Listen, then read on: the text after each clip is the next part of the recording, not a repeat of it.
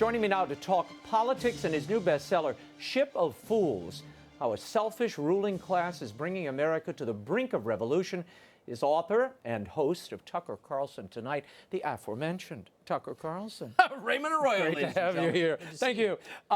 This book is really, and I did enjoy it thoroughly. I questioned some of the illustrations, which we're going to get to in a moment, about whether they're all fools, but we'll talk about that later.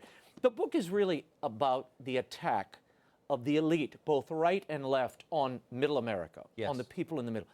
How did these two groups, who are so politically disparate, what is fueling their enmeshment at this moment? What's bringing the elites on the right and left together? Well, they have something deeply in common, which is they're all getting richer from the economy as it's organized in 2018. So if you're in finance, if you're in technology, if you're in politics, a borderless world, globalism makes you richer because it reduces the friction of commerce. Right. And so they have a vested stake in the way the economy is currently organized. Most other people in the country have gotten poorer. This is as a factual matter. The middle class is contracted. It's no longer a majority. And so they're dissatisfied. So it's a pretty simple economic question, really. If you're richer than you were after the financial crisis of 2008, you're probably on Hillary Clinton's team. And if you're not, you're probably not on Hillary's team. What about the suppression of the middle class? And you talk about it in the book. That suppression really birthed Donald Trump. For sure. But the elites didn't get the message. Why not?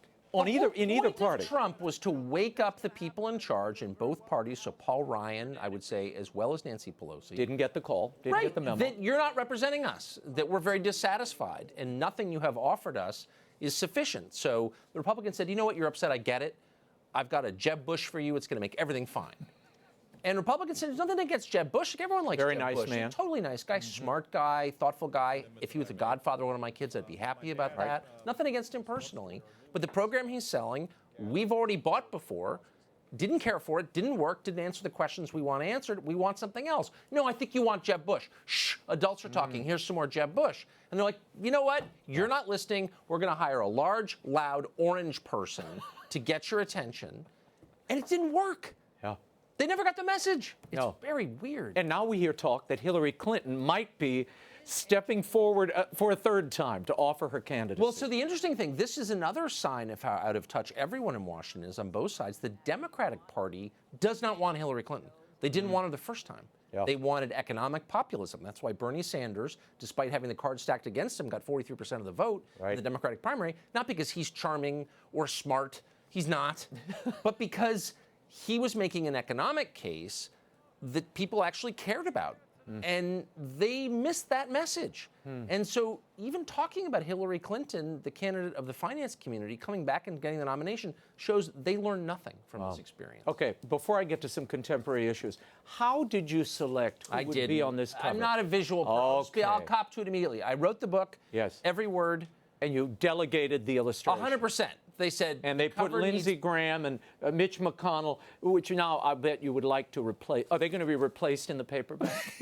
You're going to draw your own illustrations. I mean, look, the heroes of the Kavanaugh I felt battle. very virtuous as a cable news host writing my own book. Okay, because so many don't. Right, you're right. I write my own too. I know you do. That's why we're friends. That's why they're so bad. But go ahead. Go ahead. No. But they said we need a cover. I said just I don't know, make it bipartisan because the case I'm making is bipartisan. It's bipartisan. Lindsey Graham and who's that? The Senate Majority Leader Mitch McConnell. Mitch McConnell of Kentucky. They're not really actually discussed at great length in the book. Bill Kristol is discussed at great length in the book. But I would say that Lindsey Graham's foreign policy positions are not popular with the public and have not been. And that doesn't seem to play a role in his calculations, and it should. And so Mitch McConnell, not clear why he's there, kind of, you know. He's very identifiable on the cover. I mean, from my perspective, Mitch McConnell is a great tactician. He understands the rules of the Senate in a way that most people don't. He's very good at his job. I don't think he's an ideologue one way or the other. Quick question for you. CNN sued Donald Trump, claiming that Jim Acosta's First Amendment rights are under attack when they took away his White House hard pass because of his behavior in the East Room.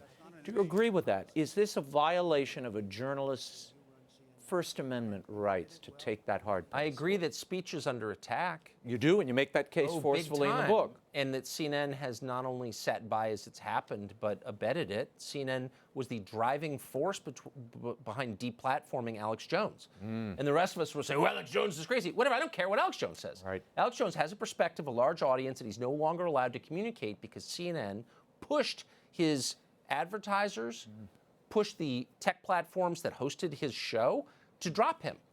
And so for CNN to be making a case for free speech is remarkable. Look, I don't think the Trump administration helps itself by making the story about Jim Acosta.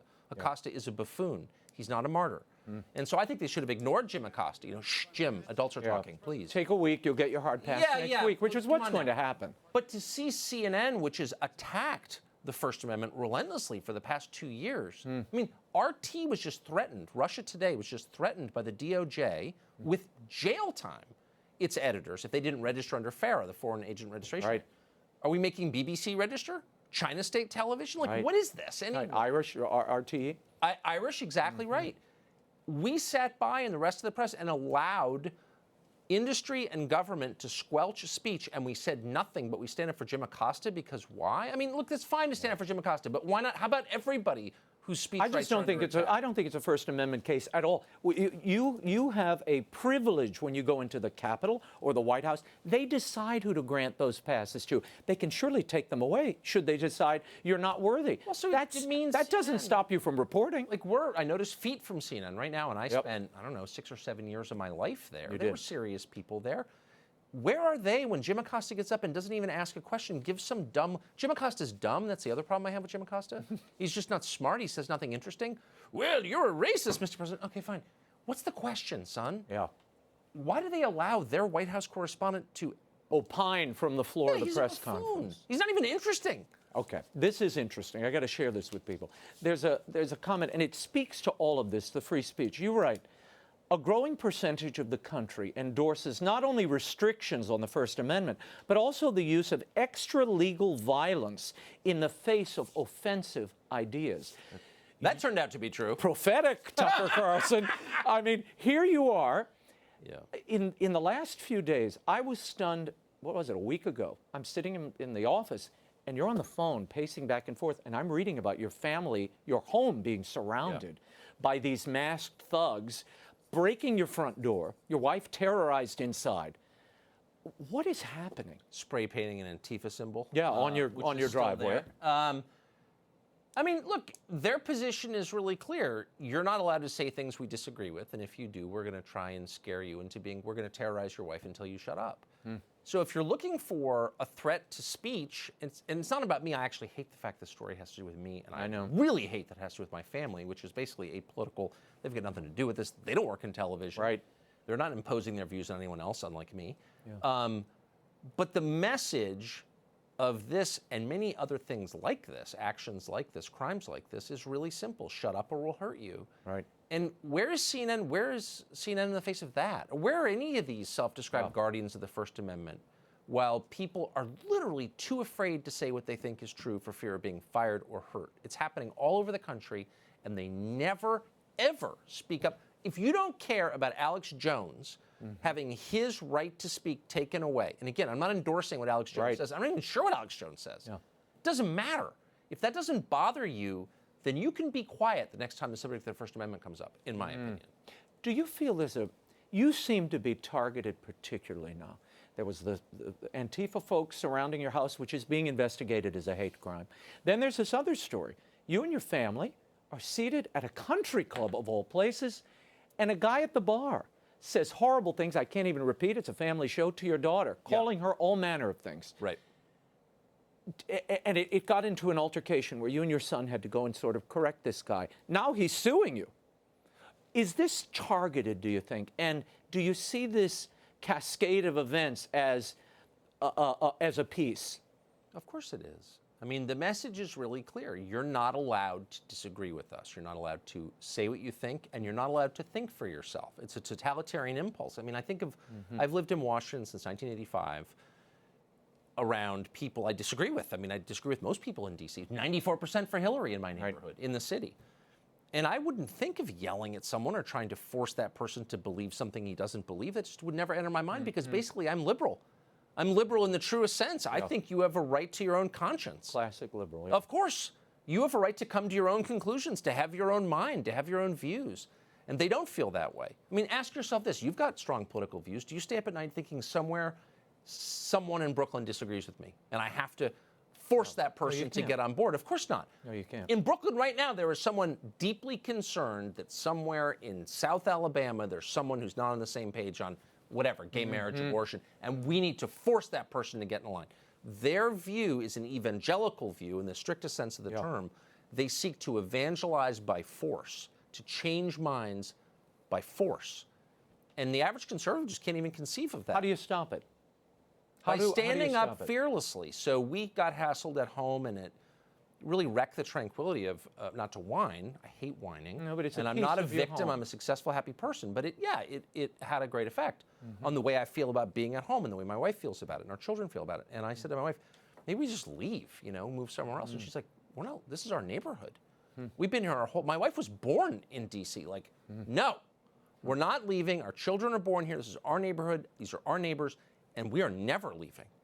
And I thought, good for you. That's right. That is the answer. I'm never going to shut up. I'm never going to obey. I'm never going to change my mind except unless you convince me, like the basics work over time. No, I'm not moving. How's that? In the book, again, the real crisis here is the elites on the right and the left. How do you disentangle them? And how do the people recapture their voice, given all these challenges, including the ones you're facing directly? The truth is, I'm not exactly sure. I'm just a talk show host. So from my perspective, the beginning is describing the problem accurately. This is not a tussle between conservatives and liberals, left and right, Republicans and Democrats. It's way bigger than that.